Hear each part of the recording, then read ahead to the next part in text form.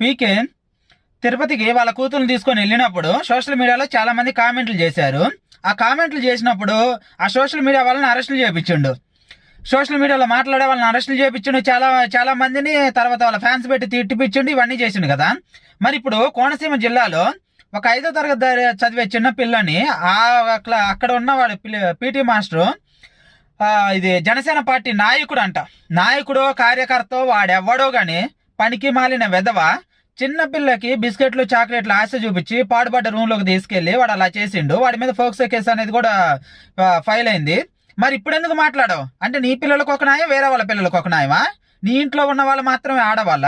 చిన్నపిల్లల గురించి మాట్లాడవా? చిన్నపిల్లలకి ఏం జరిగినా కానీ మాట్లాడవా?